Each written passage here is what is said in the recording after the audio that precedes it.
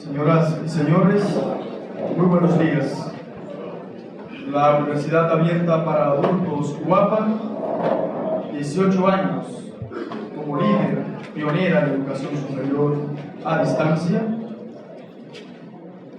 En esta ocasión, en esta oportunidad, reeditando su liderazgo como foro de los grandes debates nacionales, la Escuela de Negocios y la Escuela de Derecho, así como el Departamento de Extensión Universitaria, organizan la conferencia Estrategia Nacional de Desarrollo 2030, retos y oportunidades de la economía dominicana.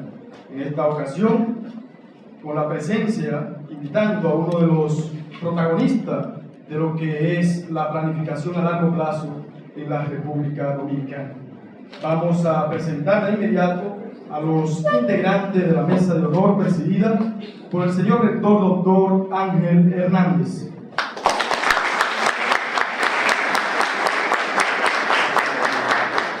A su derecha, el ministro Juan Temístocles Montaz, ministro de Economía y Finanzas.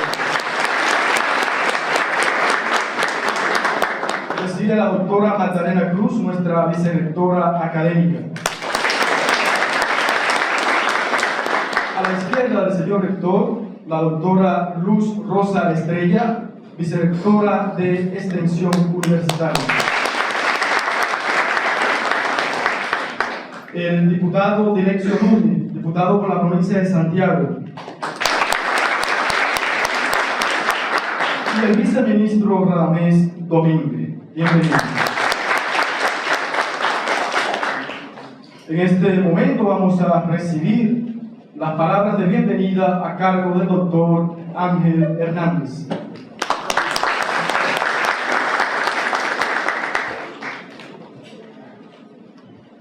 Muy buenos días a todos y todas, especialmente a nuestro invitado especial, el ingeniero Temístocles Montaz, ministro de Planificación, Economía y Desarrollo del país.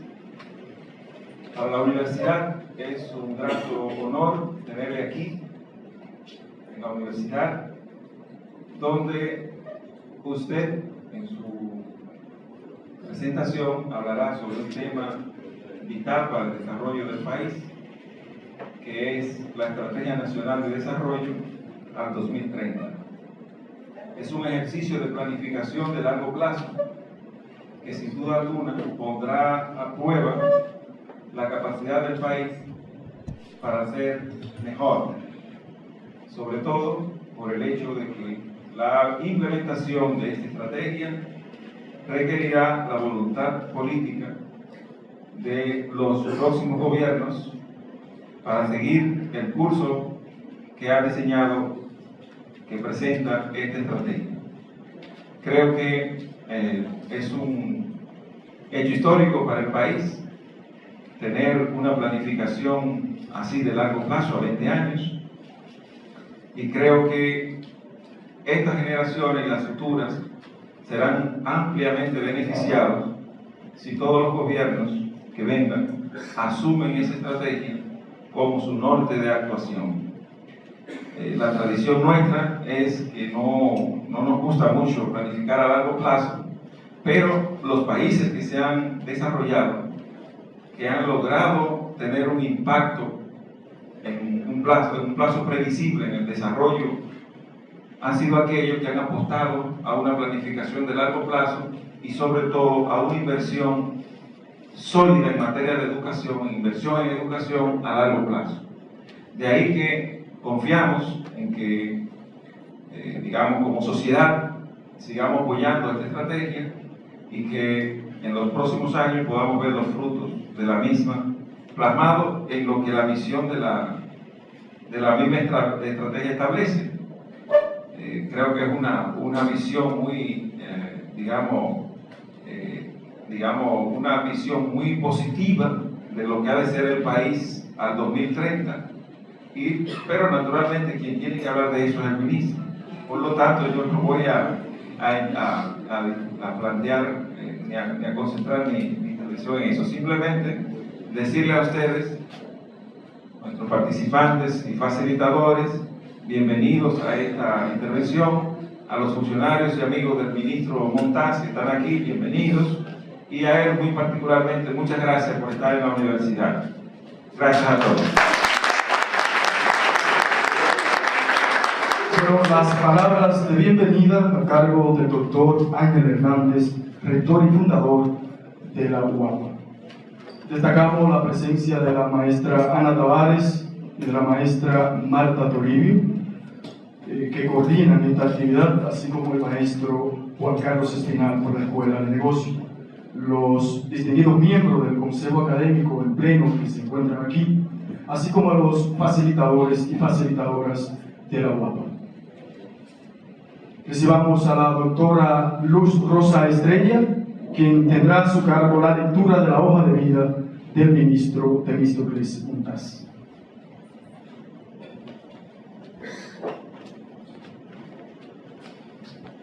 Muy buenos días a los integrantes de la mesa principal, a los miembros del Consejo Académico de esta alta casa de estudio, a los facilitadores y participantes que nos honran con su presencia en esta actividad, miembros de la prensa, público en general. Ha sido un esfuerzo muy arduo el resumir esta hoja de vida, mejor dicho, este documento de vida de unas 36 páginas a un espacio, pero le agradezco mucho al viceministro pues que nos suministró información para poder hacerlo. El señor Juan Temístocles Montaz, conocido como Temo, nació el 6 de mayo del año 1950 en San Cristóbal. Sus padres son Bienvenido Montaz, fallecido, y Mercedes Domínguez. Está casado con la ingeniera Carmen Artero de Montaz, con quien procreó 3 hijos, Alfonso, Raquel Indira y Juan Carlos. Forma parte de una importante familia fundadora del Partido de la Liberación Dominicana en la provincia de San Cristóbal. Es funcionario público, profesor universitario y político dominicano. Es actualmente ministro de Economía, Planificación y Desarrollo de la República Dominicana desde el año 2007. Juan Temístocles Montaz es graduado summa cum laude de Ingeniería Química por la Universidad Autónoma de Santo Domingo, donde además fue decano de su facultad. Cuenta con un doctorado en Ingeniería Industrial de la Universidad Politécnica de Madrid, España. Posee maestría en las áreas de Economía, Evaluación y Formulación de Proyectos, Economía Internacional, Comercio Exterior y Finanzas Internacionales de la Universidad de Barcelona, España. Posee una alta especialidad en plásticos, realizada en el Instituto de Plásticos y Caucho de Madrid en el año 1980. Además, posee amplios estudios de posgrado en las áreas de formulación de proyectos de la UAS.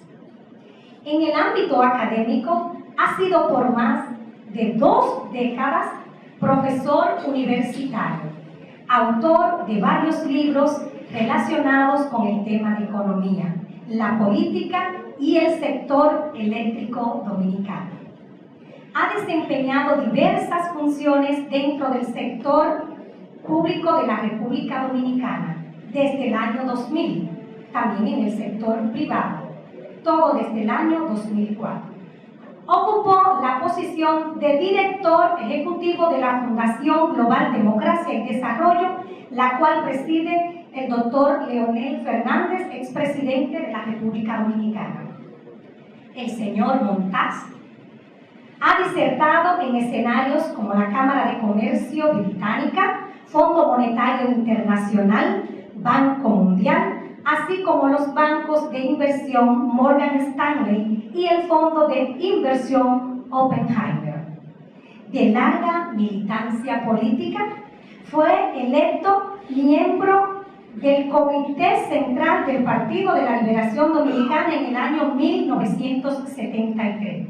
Cercano amigo, discípulo y colaborador del fenecido líder de ese partido, el profesor Juan Bosch.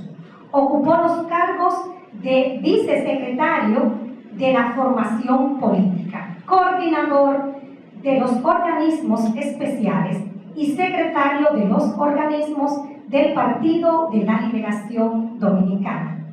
Hemos resumido una interesante, valiosa y sobre todo de una carga de experiencia y una muy buena formación académica para nuestro invitado especial del día de hoy.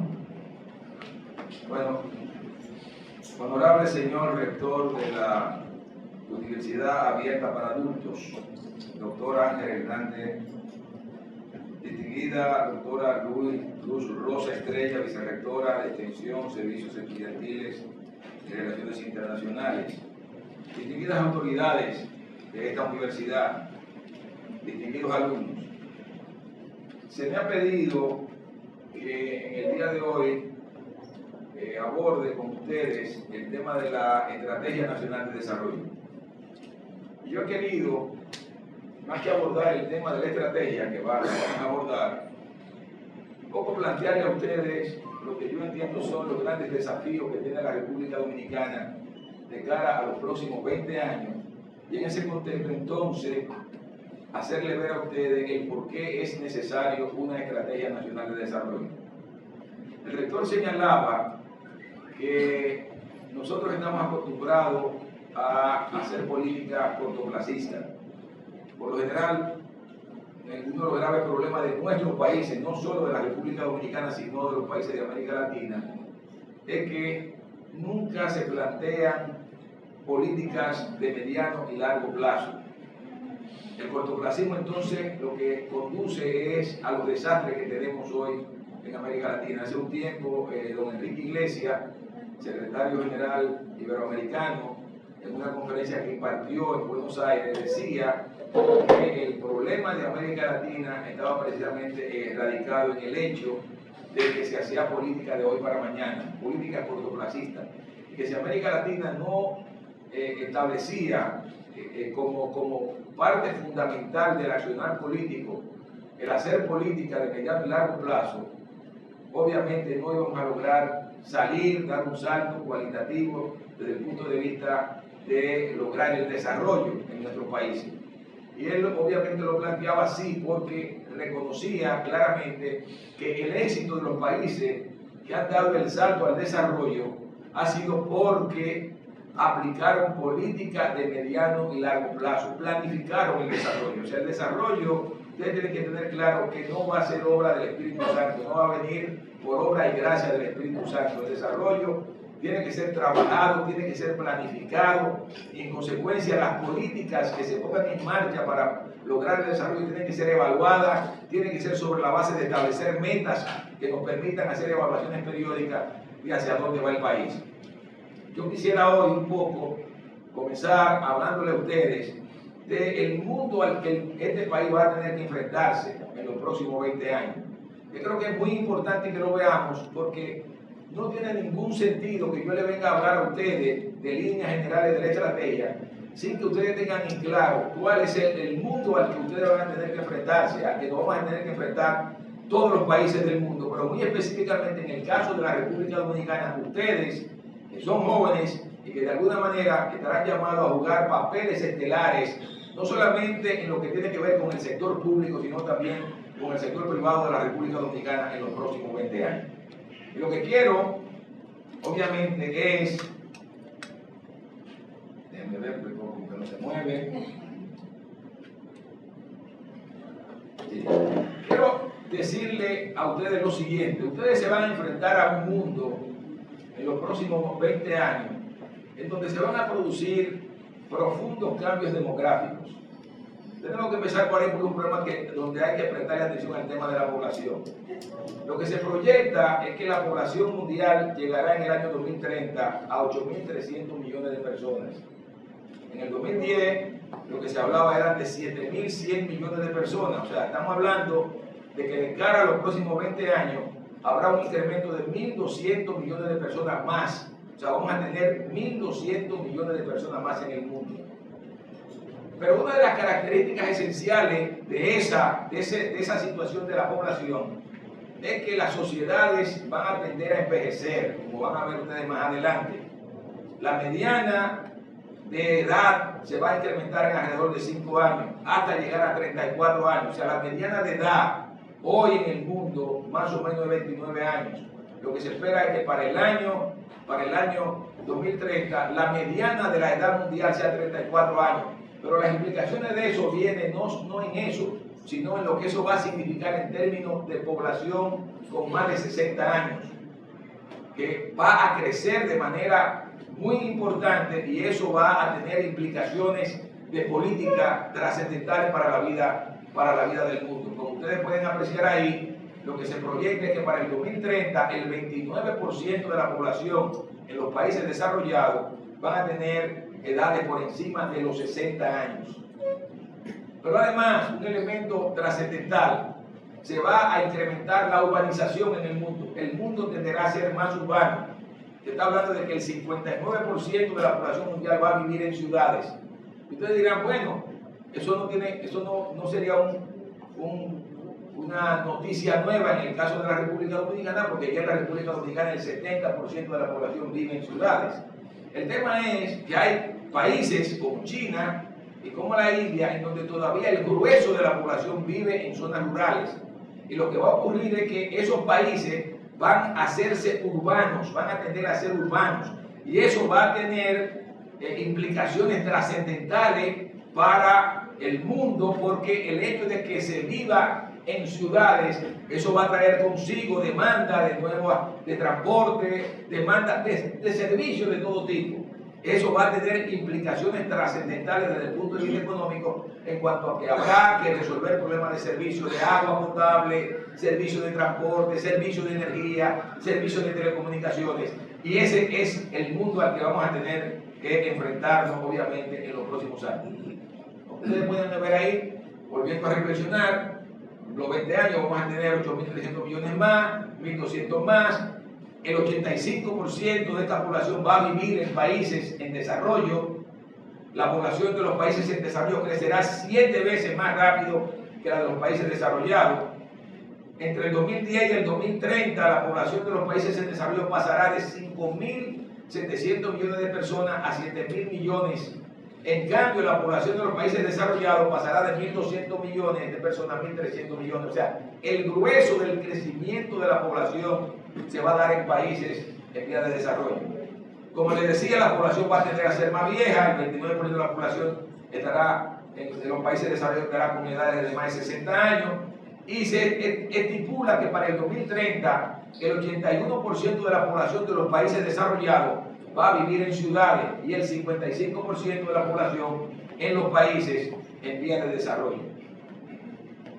Yo diría que el segundo elemento que hay que prestarle atención, hablé del primer elemento que es el tema demográfico. El segundo elemento al que hay que prestarle atención es que el mundo de los próximos 20 años es un mundo que se va a caracterizar por un aumento de la capacidad individual. O sea, va a haber una disminución significativa de la pobreza en el mundo, eso es lo que se proyecta. Va a haber un incremento impresionante de la clase media en el mundo, con las implicaciones que eso va a tener. Por primera vez, la mayoría del mundo no será pobre y la clase media será el sector social y económico más importante en la gran mayoría de los países del mundo. Este hecho va a tener una gran significación en lo que tiene que ver con la expansión global de la economía, el rápido crecimiento de los países en desarrollo y la explotación generalizada de nuevas tecnologías de la comunicación y la manufactura. Pero va a tener también una gran significación en el terreno político, porque ya la demanda no será simplemente por comida. O sea, en un contexto en donde lo que predomina es la pobreza, yo creo que ustedes deben más o menos entender que el gran desafío de los países cuando lo que predomina es la pobreza es por asegurar que la gente pueda comer todos los días. Pero cuando vamos a un mundo en donde lo que va a predominar es la clase media, ya el problema no va a ser la comida. La gente va a tener resuelto su problema de la comida. El problema va a ser otro. Y esos problemas, esas nuevas demandas que van a surgir como consecuencia de esa emergencia de la clase media, van a tener trascendencia en el terreno político. ¿Por qué? Porque la clase media lo que va a querer es participación. La clase media lo que va a querer es rendición de cuentas. La clase media lo que va a querer es que los gobiernos no se roben los cuartos. Y eso va a implicar una gran transformación desde el punto de vista político. Yo creo que ya ustedes han visto lo que ocurrió en Brasil.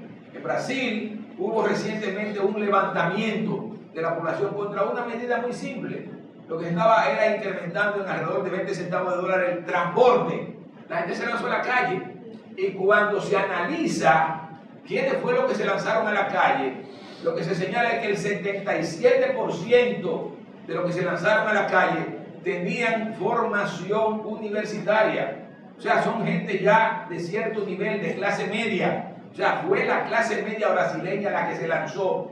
Y ustedes vieron que ya no simplemente el movimiento se orientó a reclamar por el tema del incremento de los precios del transporte, sino que los reclamos vinieron en la dirección de garantizar un gobierno más transparente, la lucha contra la corrupción. Entonces yo creo que esos son elementos importantes que hay que tener en cuenta, porque ese es el mundo al que ustedes se van a enfrentar en los próximos años. Obviamente, en ese contexto de aumento de la capacidad individual, el mundo va a tener, la gente va a tener la posibilidad de acceder a nuevas tecnologías, e inclusive se proyecta que tendrán la posibilidad de acceder a tecnologías que muy bien pudieran poner en peligro la existencia de la humanidad. Y por eso se habla de que existe el riesgo de que en este nuevo escenario pequeños grupos puedan acceder a tecnologías letales y disruptivas, dotándolo de capacidad para perpetrar violencia a larga escala. O sea, esta posibilidad que tenemos de acceder a las últimas tecnologías, el hecho de tener la posibilidad de acceder a vía internet a cualquier cosa, eso también puede convertirse, si bien en un instrumento de progreso, también en un instrumento que muy bien pudiera convertirse en dañino para la humanidad.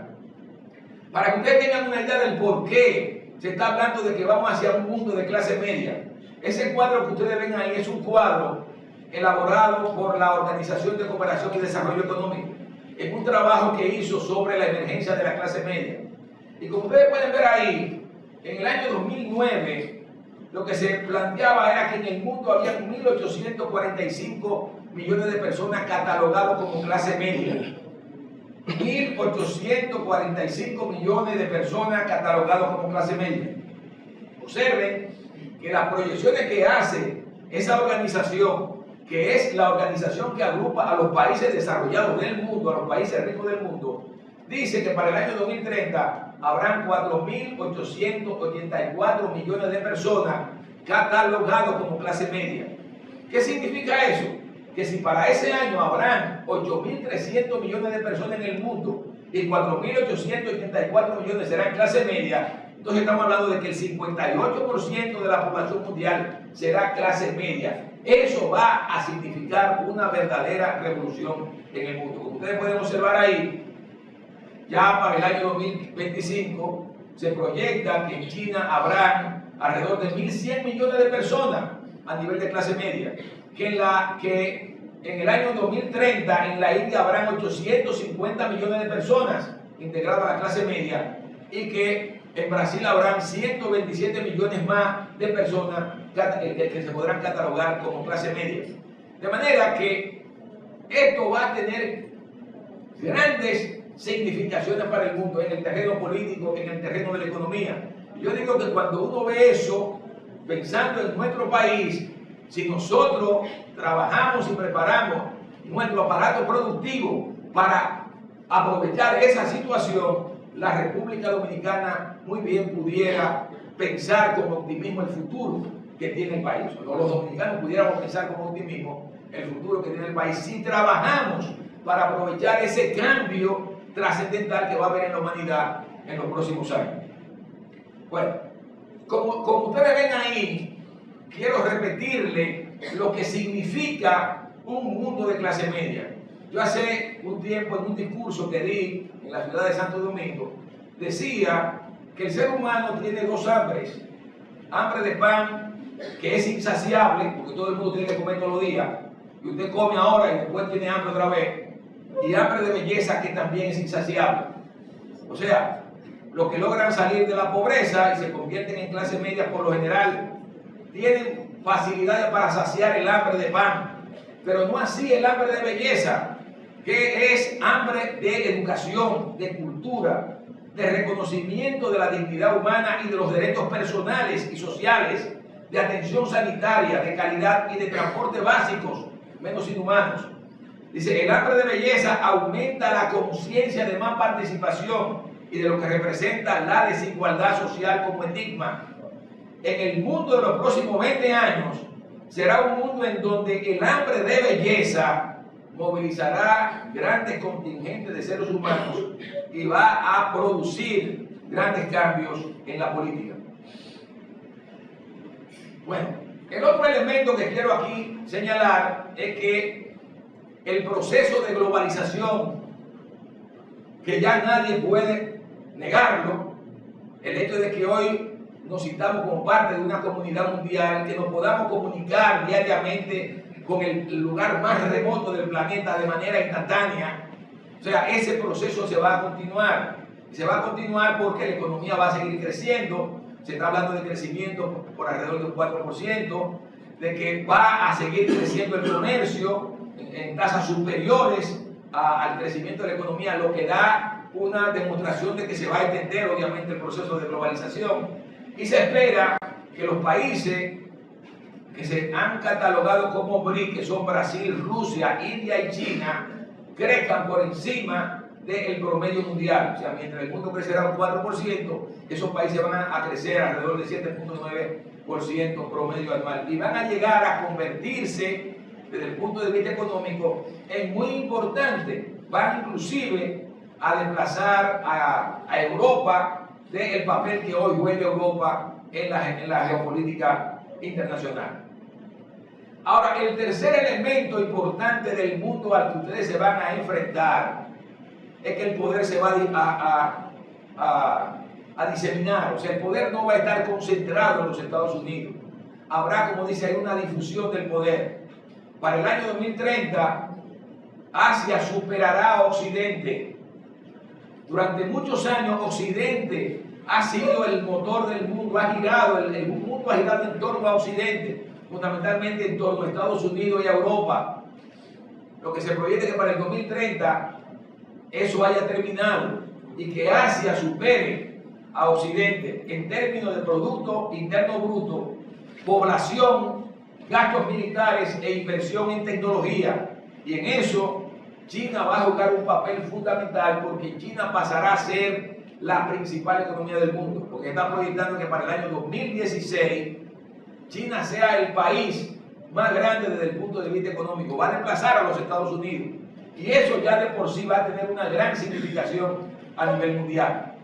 De manera que el mundo al que ustedes se van a enfrentar es un mundo que será multipolar, porque no solamente se trata de China. India va a seguir jugando un papel fundamental, Brasil va a seguir jugando también papeles importantes, y países como Colombia, que está muy cerca de nosotros, Indonesia, Nigeria, África del Sur y Turquía, se van a hacer más importantes a nivel mundial. En caso contrario, países como los de Europa, Japón y Rusia van a ir perdiendo poder relativo a nivel internacional. Obviamente, para países como nosotros, en ese contexto, lo que tenemos que tener claro es que tenemos que aprender a operar en redes y en coaliciones si queremos ser exitosos en el mundo. Ustedes vean este cuadro para que ustedes vean cómo va a cambiar el mundo.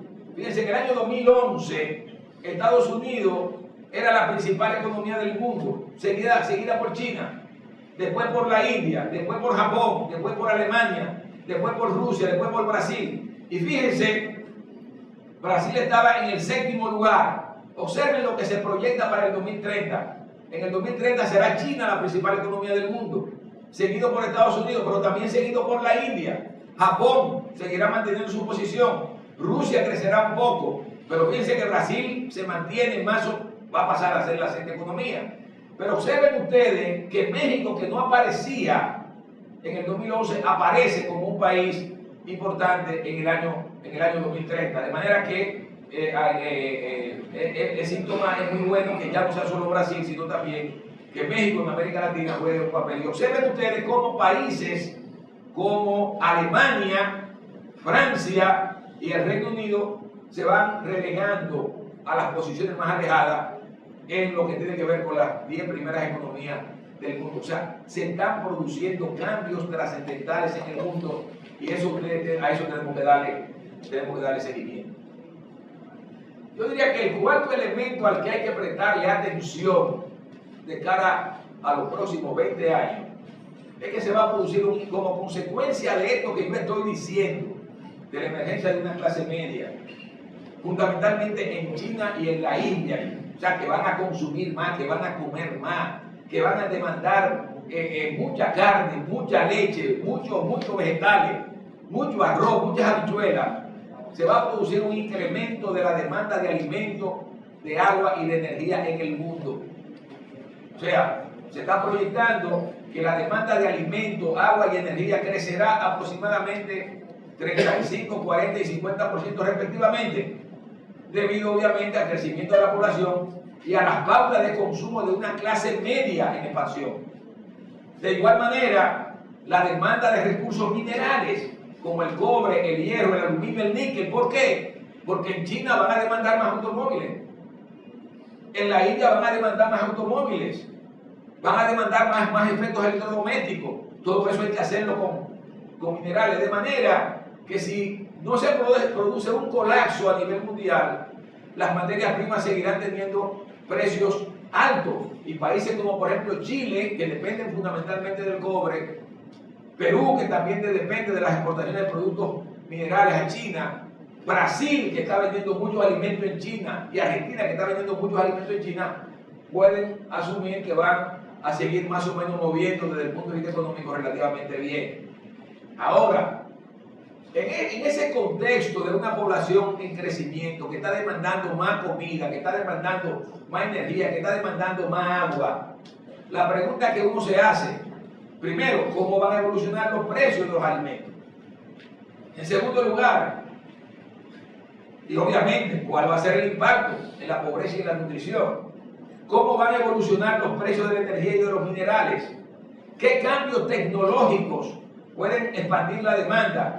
Y un elemento trascendental, ¿cómo impactará todo esto el medio ambiente? Porque obviamente lo que se estila es que si el mundo sigue las pautas de consumo que han normado la vida de la humanidad hasta ahora, posiblemente si esas pautas se generalizan a nivel mundial, que es lo que parece, la gran interrogante es si el mundo va a resistir eso. Ahí les pongo los datos en gráfico para que lo vean cómo se va a expandir esto. Y lo que señalo es la persistencia del actual modelo de consumo a nivel mundial tendrá efectos directos y graves sobre el medio ambiente. Y lo que hoy se discute es la magnitud y consecuencia del cambio climático, las posibles alzas de las temperaturas del planeta, las variaciones de la pluviometría y del nivel de agua en las zonas costeras, indican la eventualidad de graves riesgos globales, principalmente inundaciones costeras, inundaciones de tierra adentro, etc. Yo creo que ya eso lo estamos viendo. Y lo preocupante es que si no hay cambio, eso tenderá a generalizarse en los próximos 20 años. La agricultura es una de las actividades más sensibles al cambio climático. De manera que si el cambio climático se generaliza, se está hablando de la posibilidad de que si esto sigue como va, en los próximos años, la temperatura del planeta sube entre 2 y 4.8 grados centígrados. Las implicaciones que eso tiene es que eso va a impactar en el rendimiento de las cosechas, va a impactar en la caída del rendimiento de los precios agrícolas y va a tener efectos trascendentales sobre la biodiversidad. Ahora permítanme rápidamente eso traerlo a la República Dominicana. Para el año 2030, la República Dominicana va a tener 2.2 millones de personas más que en el 2010. Nosotros seremos cerca de 12 millones de personas en el año 2030. Ahora somos más o menos 10. Todavía no llegamos a 10. Obviamente, por tanto, más del 85% de la población dominicana vivirá en ciudades en el 2030. ya más del 70% vive en ciudades. Esa tendencia va a continuar con las implicaciones que eso tiene para el país en términos de servicio.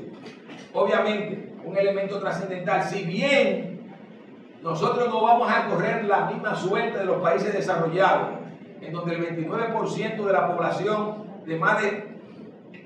tendrá una población en donde el 29% será gente de más de 60 años. Lo que sí es evidente es que la población dominicana va a tender a envejecer, no tan rápido, pero va a envejecer. Para que ustedes tengan una idea, en el 2010 el 8.6% de la población en República Dominicana tenía más de 60 años. Para el 2030 será alrededor del 15%, lo que significa que vamos en una tendencia también al envejecimiento. No llegaremos al 29%, pero ya cuando estamos hablando de casi un 15% de la población de más de 60 años, es que vamos en una tendencia a envejecer. Aunque a mí siempre me gusta llamar la atención, como lo vamos a ver más adelante, que con esto de las edades también hay que tener cuidado, porque yo decía que cuando Tatico Enrique cantó su famoso merengue, aquel de el que llegó a los 50 se champió. ¿Cómo era que decía Radomén? Todavía a los 40 puede pinchar su jueguito y de vez en cuando dar su toquecito. Eso hace 40 años. O sea, hace 40 años en ese merengue él decía, si usted llegó a los 50 está listo ya. Todavía a los 40 usted puede pinchar su jueguito y de vez en cuando dar su toquecito. Decía él. Obviamente yo soy de lo que digo que hoy al que tiene 50 años y le dicen que está viejo es capaz de matarse con cualquiera. Con esto lo que le digo es que las cosas cambian, como ustedes van a ver ahora más adelante. Fíjense esto del país nuestro, porque yo le digo que las cosas cambian. Fíjense, nuestro país, ahora esto ya leyendo las cosas del país, en el año de 1920 la población dominicana era 895.000 personas. No llegábamos a 1 millón. Hace menos de un siglo en la República Dominicana no teníamos 1 millón de habitantes.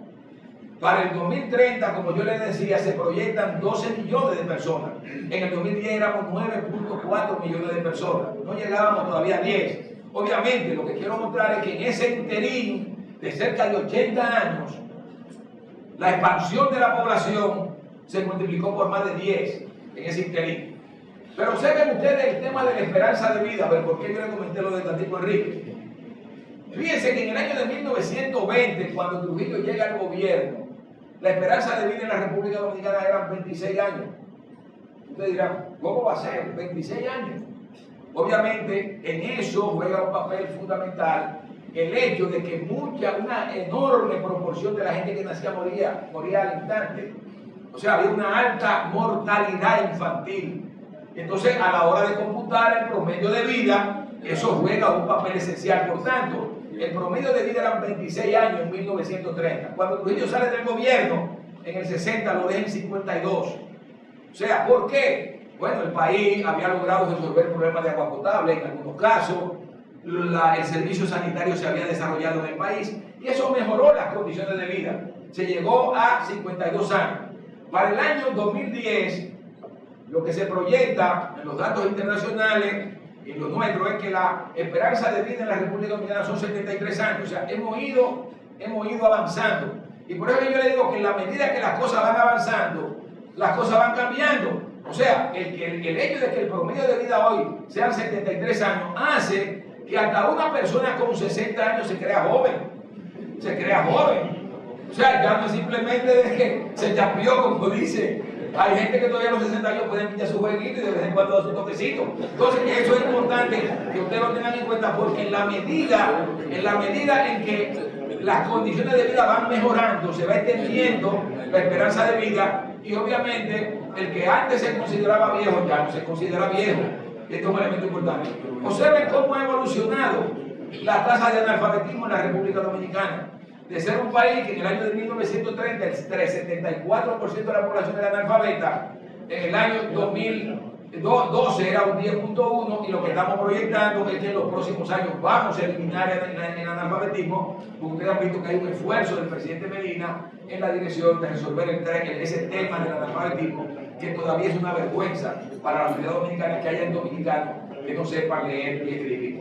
De manera que cuando también ven el índice de desarrollo humano, se ha ido avanzando, se ha ido mejorando, posiblemente no con la velocidad con que nos hubiese gustado, pero el país ha ido mejorando su índice de desarrollo humano y lo que aspiramos es que para el 2030 el índice de desarrollo humano sea propio de un país ya de desarrollo medio alto, o sea, un país que ya pueda decir, nosotros tenemos un índice de desarrollo característico de un país que ha dado el salto al desarrollo. Entonces, permítanme entonces explicarle a ustedes sobre la Estrategia Nacional de Desarrollo ahora. Visto ese panorama del país que ustedes del mundo al que ustedes se van a tener que enfrentar y del país al que vamos a tener que enfrentar, veamos de qué se trata. La Estrategia Nacional de Desarrollo es el elemento esencial del Sistema Nacional de Planificación de la República Dominicana. Ese triángulo que ustedes ven ahí pone en el vértice del triángulo la Estrategia Nacional de Desarrollo. ¿Por qué la pone? Porque la Estrategia Nacional de Desarrollo lo que hace es que define la imagen del país a largo plazo. ¿Cuál es el país que queremos construir en la República Dominicana en los próximos 20 años? Pero además sirve de guía al accionar público a corto y mediano plazo. Establece objetivos estratégicos, fija metas a ser alcanzadas, establece líneas de acción y define criterios para la financiación. Eso es lo que es la Estrategia Nacional de Desarrollo, que más adelante la vamos a describir. Pero el problema es que si usted establece la estrategia y no la dota de instrumentos para que esto sea operativo, al final de cuentas lo que estamos es vendiendo la ilusión a la gente. Y por esa razón, además de la estrategia, nosotros tenemos el Plan Nacional Plurianual del Sector Público, que prácticamente se aprueba todos los años. Cada vez que el presidente envía el presupuesto del gobierno central al Congreso, eso va acompañado del Plan Plurianual del Sector Público, que es el plan en donde se definen las prioridades gubernamentales de 4 años. Mientras la estrategia son 20 años, el Plan Plurianual lo que te hace es que te plantea las cosas en función de los 4 años.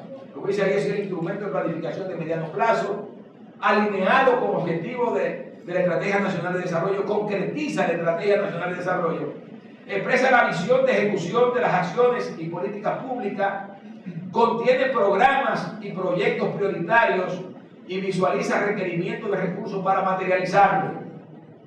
Pero ahora viene el presupuesto, o sea, no se trata nada más de esos 2 instrumentos, viene el presupuesto, y el presupuesto lo que contiene es el marco financiero, todos los programas y proyectos del sector público no financiero, incluidos los prioritarios del Plan Plurianual del Sector Público no financiero, y la distribución en gasto corriente y gasto de capital según los capítulos, porque esa concatenación es lo que nos va a permitir a nosotros el que podamos cumplir las cosas que hemos planteado en la estrategia. Ahora, la Estrategia Nacional de Desarrollo fue el resultado de un proceso de consenso que pusimos en marcha durante varios años en la República Dominicana. Y lo primero que tratamos de hacer fue que nos pusiéramos de acuerdo todos los sectores de la vida nacional en el país que queremos. ¿Cuál es el país que los dominicanos queremos de cara a los próximos 20 años? Y lo que consensuamos con todos los sectores de la vida nacional fue eso que ustedes ven ahí, esa visión de nación de largo plazo, que es la visión de los dominicanos del país que quieren. Es un país próspero donde las personas viven dignamente, apegadas a valores éticos y en el marco de una democracia participativa que garantice el Estado social y democrático de derecho y promueve la equidad, la igualdad de oportunidades y la justicia social, que gestiona y aprovecha sus recursos para desarrollarse de forma innovadora, sostenible y territorialmente equilibrada e integrada y que se inserta competitivamente en la economía global. Eso fue consensuado. Y déjenme decirles lo siguiente, para que ustedes tengan la idea del nivel de consenso. No se trató solo de un consenso entre los trabajadores, los empresarios, las organizaciones de la sociedad civil, los jóvenes, los minusválidos, sino que también hubo un consenso político. El hecho de que esto se aprobara en el Congreso de la República con más de las 2/3 partes en ambas cámaras le da categoría a esta ley. Esto es una ley de ley orgánica, es una ley que no se modifica fácilmente, porque para aprobarla se requirió por lo menos la 2/3 parte de las matrículas, lo que significa que esto mereció el consenso de los PLDistas, de los PRDistas, de los reformistas, de toda la fuerza política en el Congreso de la República. Entonces, ¿cómo conseguir la visión del país de largo plazo? ¿Cómo lograr esa visión? Bueno, hay que poner en marcha políticas públicas. Esas políticas tienen que fomentar y reforzar los valores. Eso implica educación, laboriosidad, honestidad, respeto, solidaridad, buen gobierno, justicia, honradez, responsabilidad. Y eso va a propiciar convivencia pacífica, cohesión social, espíritu de superación personal y desarrollo colectivo. Ahora, ¿sobre qué base se sustenta la estrategia? La Estrategia Nacional de Desarrollo tiene 4 ejes fundamentales. O sea, son 4 ejes que son esenciales para que el país pueda dar el salto hacia adelante. El primer eje es que los dominicanos quieren un Estado social y democrático de derecho, con instituciones que actúan con ética, transparencia y eficacia al servicio de una sociedad responsable y participativa, que garantiza la seguridad y promueve la equidad, la gobernabilidad, la convivencia pacífica y el desarrollo nacional y local. Ustedes dirán, bueno, ¿por qué razón se empieza por el tema del Estado? Bueno, porque cuando hablamos del Estado, hablamos de las instituciones. Y resulta que una de las cosas fundamentales en cualquier país del mundo son sus instituciones. Un elemento esencial que explica el por qué los países avanzan y el por qué los países no avanzan es el grado de desarrollo de sus instituciones. Déjenme comentarle a ustedes una historia que ocurrió en el año 2000. Yo tuve la oportunidad de acompañar al hoy presidente Medina a una reunión con el entonces presidente de España, José María Aznar, en el Palacio de la Moncloa. Cuando estábamos reunidos con Aznar nos comentó a nosotros que la transición en Cuba, que si obviamente en Cuba se producía una transición hacia la democracia, eso iba a afectar a la República Dominicana. Él hizo su comentario y yo le dije, mire presidente, excúseme, yo tengo mis dudas de que la transición en Cuba en lo inmediato tenga efecto negativo hacia la República Dominicana. Y dice, ¿y por qué? Digo, mire, el problema es que en Cuba, durante más de una generación, o más de una generación en Cuba, no conoce las instituciones del régimen capitalista. Y si se está hablando de una transición en Cuba a un régimen capitalista, obviamente lo primero que hay que hacer en Cuba es construir las instituciones del régimen capitalista. Y eso no se hace ni en un día, ni en 2 días, ni en 3 días. O sea, eso va a tomar tiempo. Eso no se va a hacer en 2 días. En Cuba no conocen el régimen de propiedad, que es una base fundamental del capitalismo. Hay que construir el régimen de propiedad en Cuba. Eso no se hace de la noche a la mañana. Entonces, eso va a implicar mucho tiempo. Ya el país nuestro ha avanzado en eso. Nosotros hemos avanzado en eso, en las instituciones del régimen capitalista. Por tanto, a Cuba le llevamos eso, porque Cuba tendrá que montar esas instituciones. Y él me dijo, tú tienes razón. Y le ponía el ejemplo a él de lo que pasó en la Unión Soviética. Ustedes recordarán que la Unión Soviética fue el contrincante de Estados Unidos durante el periodo de la Guerra Fría. Era la gran superpotencia. La gran superpotencia. ¿Y qué ocurrió cuando se desplomó el sistema? Que Rusia se empobreció. O sea, Rusia, que había desarrollado un sistema educativo de primera, Rusia, que había desarrollado la capacidad de generar bombas atómicas de todo tipo, Rusia, que había desarrollado la capacidad de construir los aviones que le daba la gana, de buena primera se quedó en el aire. ¿Por qué? Porque le faltaron las instituciones, se le desplomaron las instituciones. Y déjenme decirles lo siguiente, ustedes a lo mejor no lo saben. Rusia hoy es un país que en términos de producción per cápita está por debajo de la República Dominicana. Porque al desplomarse en el sistema, han tenido que comenzar de nuevo a construir las instituciones del régimen capitalista, y eso le ha tomado tiempo y le va a tomar tiempo. Por tanto, eso mismo va a pasar en Cuba. Ahí ninguno de los que están ahí dirigiendo a Cuba conocen cómo funciona el capitalismo, tienen que construirlo, tienen que aprender. Y por tanto, yo les decía, por esa razón, yo no veo problema en lo inmediato que Cuba afecte a República Dominicana si el sistema se cae. Lo que quiero decir con eso es para que vean la importancia de las instituciones en el desarrollo de los países. Pero además, el que ustedes tengan claro que las instituciones se sustentan en el respeto a las leyes, que las instituciones, obviamente, si las queremos construir, tienen que ser sobre la base de entender que el Estado de Derecho es un Estado que se cimenta en las leyes. Conmigo anda un joven casado con una alemana, una joven alemana, que le dice siempre a él que la diferencia entre Alemania y la República Dominicana es que en Alemania, fíjense, ya no le está diciendo, no le está hablando de riqueza, le dice, la diferencia entre Alemania y la República Dominicana es que en Alemania las leyes son leyes, en República Dominicana son sugerencias, lo que significa que usted la cumple si le da la gana. Y así no vamos a avanzar, así no podemos salir a camino. Tenemos que cambiar eso, y ustedes que son jóvenes, que les reitero, van a tener la responsabilidad de dirigir este país, tienen que tener claro eso. Lo que genera credibilidad en la gente que invierte, en la gente que ahorra, es que se respeten las leyes.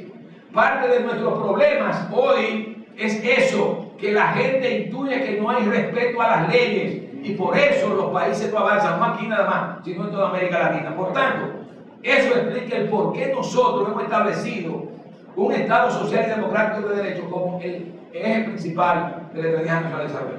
Segundo elemento, yo no sé si me he entendido mucho, me dicen ellos. Correcto. El último, rápidamente los ejes. Una sociedad con igualdad de derechos y oportunidades, en la que toda la población tiene garantizada educación, salud, servicios básicos de calidad, y que promueve la reducción progresiva de la pobreza y la desigualdad social y territorial. Es el tema social. El tema social tendrá que seguir vigente en la República Dominicana. ¿Por qué? Porque no es posible pensar en dar un salto al desarrollo si nosotros no resolvemos el problema de la pobreza y el problema de la desigualdad. Yo he dicho que el país nuestro logró cohesionarse nacionalmente en el siglo XX.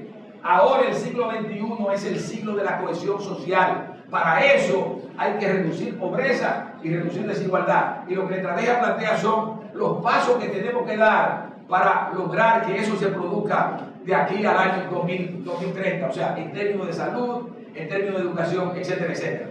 Tercero, una economía territorial y sectorialmente integrada, innovadora, diversificada, plural, orientada a la calidad y ambientalmente sostenible, que genera crecimiento alto y sostenido con equidad y empleo digno, que aproveche y potencia las oportunidades del mercado local y se inserta de forma competitiva en la economía global. Necesitamos una economía que sea productiva, que sea competitiva, porque de lo que se trata es de generar riqueza. De lo que se trata es de generar riqueza. La pobreza no se reparte, lo que se reparte es la riqueza. Y por tanto, para eso tenemos que tener una economía que sea productiva, que sea competitiva, que produzca para generar dinero. Y ese dinero es el que luego lo podemos repartir entre todos los dominicanos. Y finalmente, un cuarto eje es una sociedad con cultura de producción y consumo sostenible, que gestiona con equidad y eficacia los riesgos y la protección al medio ambiente y los recursos naturales, y promueve una adecuada adaptación al cambio climático. Ya yo les comenté a ustedes anteriormente las implicaciones que eso tenía para la República Dominicana. Aquí están los objetivos a lograr: buen gobierno, imperio de la ley, democracia participativa, seguridad y convivencia pacífica, educación de calidad, salud y seguridad, igualdad de derechos, etc. Entonces, lo que quería era finalmente mostrarle a ustedes cómo eso de la estrategia se concatena con indicadores y metas de desarrollo. En la estrategia está planteada una cantidad impresionante de metas de desarrollo a las que le vamos a dar seguimiento. Aquí he seleccionado para cada eje una sola, pero son infinidades. Lo invito a que lean la estrategia. El primer eje es el indicador, es el índice de fortaleza institucional. Eso se mide en el mundo en una escala que va de 1 a 7, donde a mayor valor, mayor grado de fortaleza institucional. Nosotros en el año 2008, el valor que teníamos era 3.1, de 7, 3.1. Estamos muy mal, muy mal. Lo que nosotros aspiramos es que al 2030 estemos en 5. Si estamos en 5 es que hemos mejorado la capacidad institucional del país. O sea, hemos logrado generar conciencia de que el país tiene que ser un país sustentado en leyes. En lo que tiene que ver con la población indigente, en el 2008 era un 11.8% de la población. Nuestra aspiración es que al 2030 sea un menos de un 2%.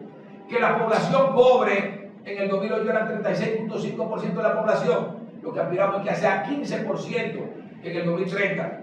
Que el ingreso per cápita de la población, ya en el eje número 3 económico, eran $4.390 en el 2008.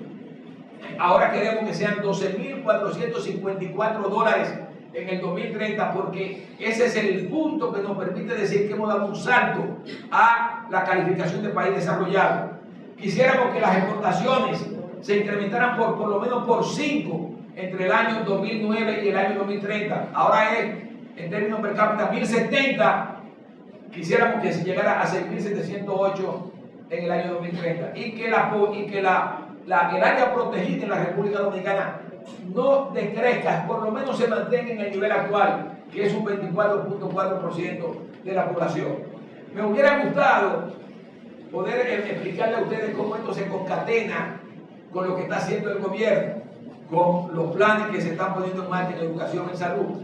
No va a dar tiempo, pero lo que yo le invito es a que lean los documentos, que vean los documentos, para que esto les sirva de referencia a ustedes y se convierta en un instrumento, es un instrumento inclusive de lucha frente a los gobiernos y frente a todo el mundo, porque les reitero, por primera vez hemos logrado definir una visión del país que queremos construir de cara a los próximos 20 años. Y obviamente es la juventud dominicana la llamada a levantar esa estrategia nacional como una bandera de lucha. Muchas gracias.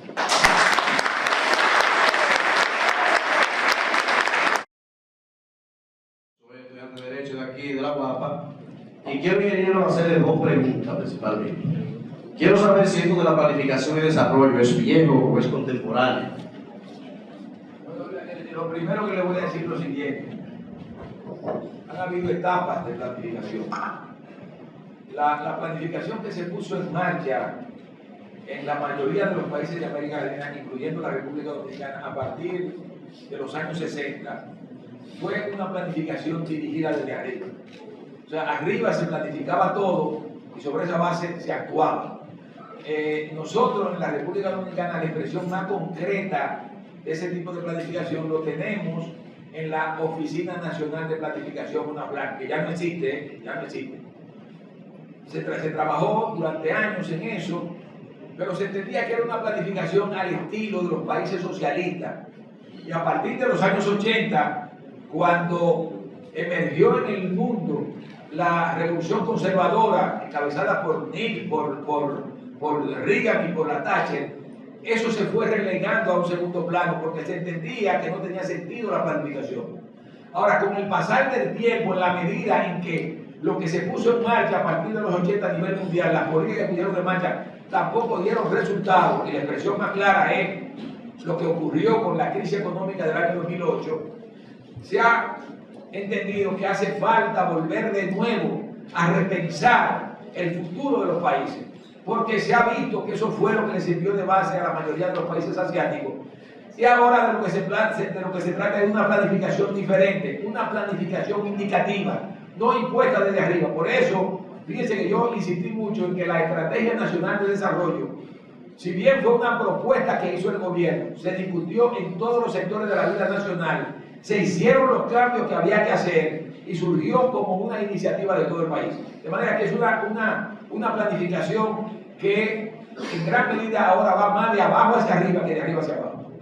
Bueno, yo se lo decía en ese sentido porque en nuestro país, realmente, si nosotros tuviéramos tenido una planificación de desarrollo desde atrás, un país como el nuestro que fue el primer colonizado en América, nuestra educación debe ser diferente, nuestro desarrollo hoy en día debe ser diferente.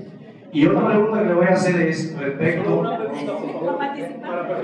Pero eso no, permítame, porque es importante lo que quiero decir. Sobre la planificación al desarrollo del futuro, ¿verdad?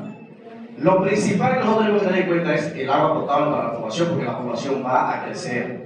Y si el gobierno sigue, los gobiernos siguen dando permiso a las mineras internacionales, nuestro medio ambiente no es la verdad que vamos a tener para el futuro una sostenibilidad de agua potable para la población. Nosotros tenemos que pensar seriamente en eso.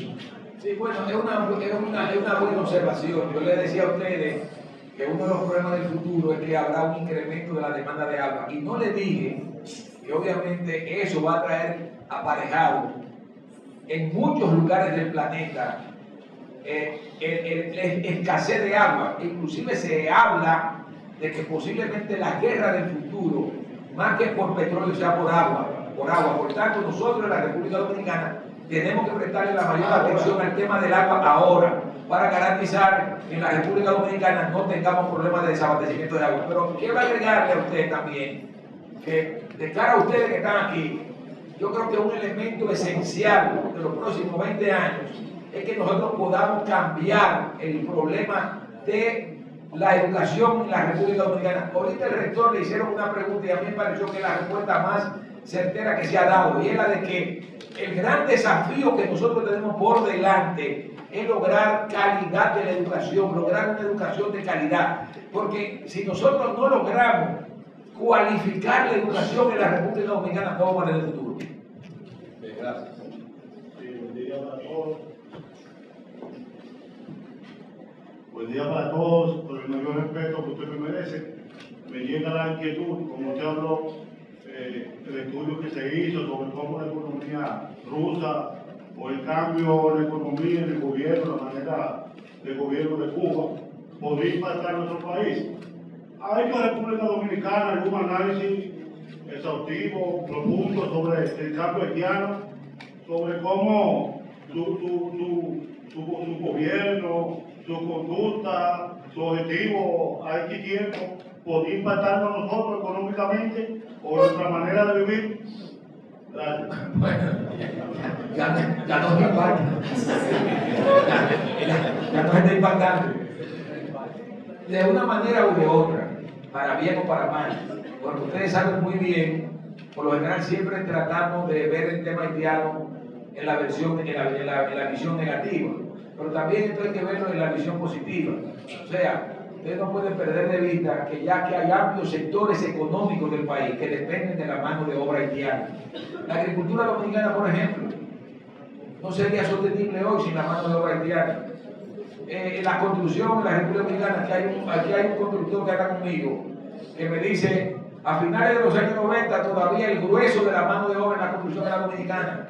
Ya en la primera década del siglo XXI, el grueso de la mano de obra es haitiana en la construcción de la República Dominicana. Y hay un sector importante, yo creo que recientemente salió un trabajo donde se mostraba que van penetrando diferentes sectores. Entonces, de alguna manera están contribuyendo al desarrollo del país. Tenemos que verlo así, no verlo de manera solamente negativa. Ahora, hay problemas que tenemos que abordar. El tema de esta migración desordenada, sin regla, yo creo que es un elemento que nos obliga a nosotros a pensar que tenemos que abordar política, porque un elemento esencial de cualquier Estado es el control de su territorio. Y si nosotros no controlamos el territorio, no somos país, no podemos ser país, no podemos ser un Estado. Uno de los elementos que sirve de base para medir la viabilidad o la inviabilidad de un Estado es el control de su territorio. Entonces yo creo que de cara a los próximos años, ese es un tema al que tenemos que prestar la mayor de las atenciones.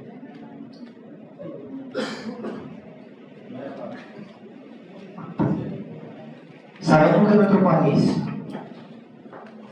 no hay continuidad de Estado, y ha sido uno de los grandes problemas que el partido que llega al poder le pone el traje que él quiere que el país lleve. Lo mismo sucede con las instituciones. El ministro le pone su sello personal a la institución que dirige, sin importar que ese sello vaya en beneficios de la mayoría. Resulta entonces que cuáles aspectos se han tomado en cuenta para que esta estrategia nacional de desarrollo esté por encima de cualquier partido que pueda llegar a gobernar la República Dominicana. Mire, yo diría que el hecho de que es una ley, primero es una ley del Congreso que la aprobaron todos los partidos políticos, lo que significa que a nivel de las direcciones de los partidos esto se conoció, esto se vio, porque si ustedes leen la estrategia, yo les invito a que lo lean, yo no sé si realmente trajo, yo invito a que la lean para que ustedes se den cuenta que en definitiva ese es el programa del país.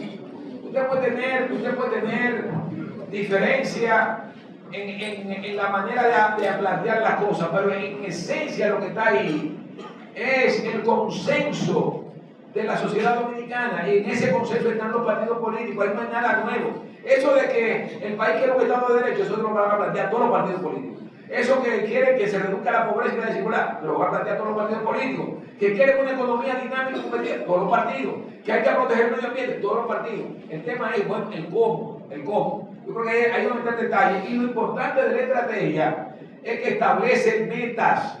O sea, se asume que el gobierno del presidente Medina tendrá que avanzar en una serie de metas que están en la Estrategia Nacional de Desarrollo. Y al final de su gestión se le va a evaluar por hasta dónde llegó. Usted llegó hasta aquí. Entonces lo que se quiere es que el próximo gobierno que venga después, a partir de ahí continúe y que avance y que diga yo llegué hasta aquí y así sucesivamente. O sea, es que sea una carta de ruta que nos sirva de referencia a todos. La manera como se ponga en marcha no importa, pero lo importante es que se lleven de lo que está planteado ahí y de las metas que están planteadas ahí, que son las metas que se consensuaron con todos los sectores de la vida nacional. Ahora, déjenme decir una cosa, yo creo que es importante.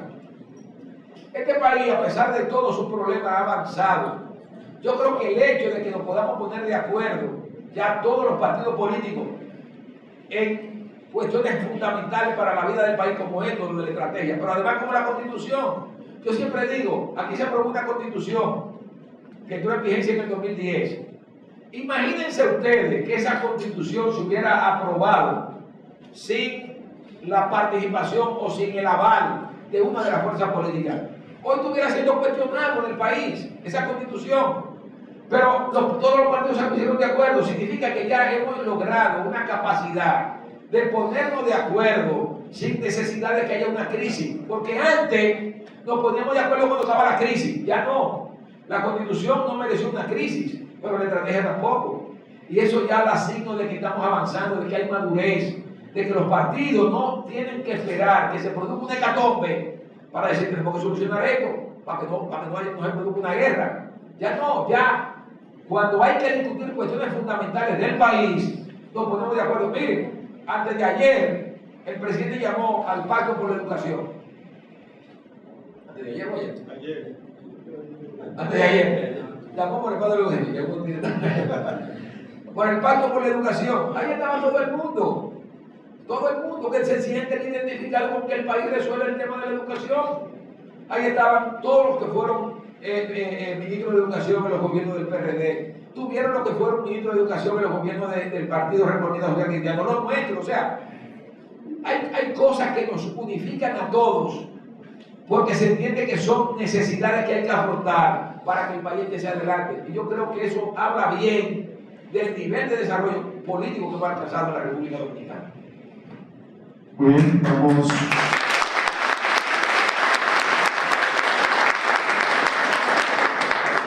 a recibir a la doctora Luz Rosa Estrella para el cierre formal de esta conferencia.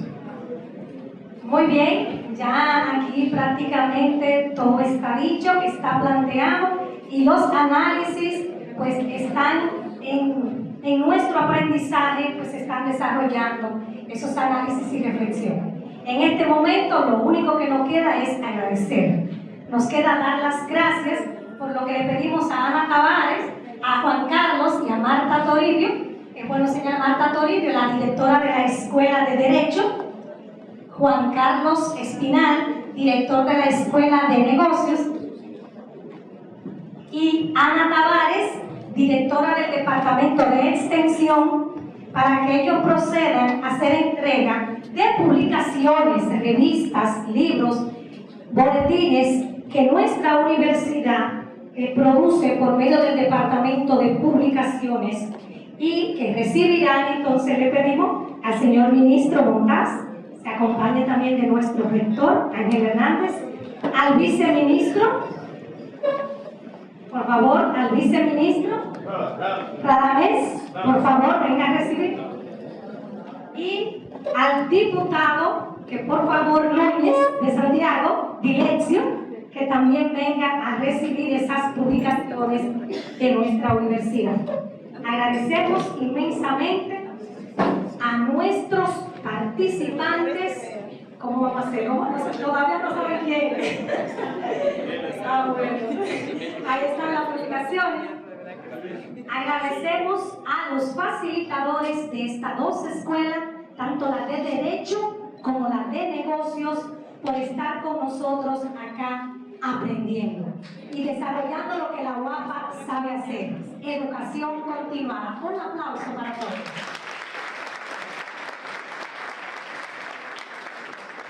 Muchísimas gracias, José Vázquez, mil gracias.